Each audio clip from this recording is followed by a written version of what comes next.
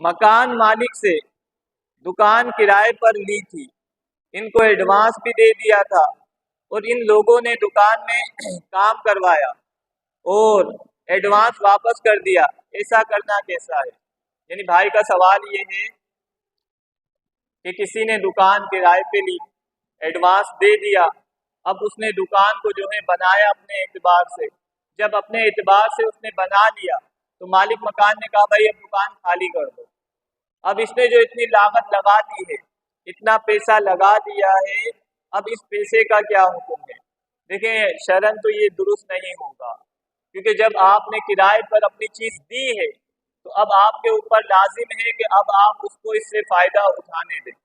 यानी आप एक एग्रीमेंट कर लें कि 11 माह का, 1 साल का, कि हम आपसे 1 साल तक ये दुकान खाली नहीं कराएंगे।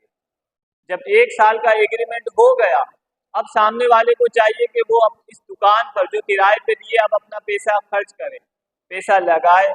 अब अगर दुकानदार खाली कराता है तो दुकानदार के ऊपर तावान देना लाजिम आएगा, क्योंकि लाजमी सी बात है कि इसने काम कराया है, अब इस काम के पैसे इसको देना पड़ेंगे कि बिला वजह क्यों दुकान खाली करा रहा है।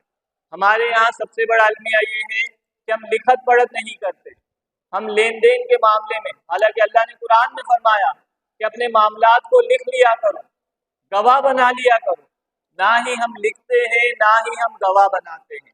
तो बेहतर तरीका ये है कि आप एग्रीमेंट कर लें सामने वाले से, ताकि वो भी बाउंड हो जाए और आप भी पाबंद हो जाए, तो इस तरह मामलात सही चलेंगे। तो दुकानदार का अब उस किराएदार से दुकान खाली कराना ये जुल्म और ज्यादती होगी कि सामने वाले को माली नुकसान हो रहा है।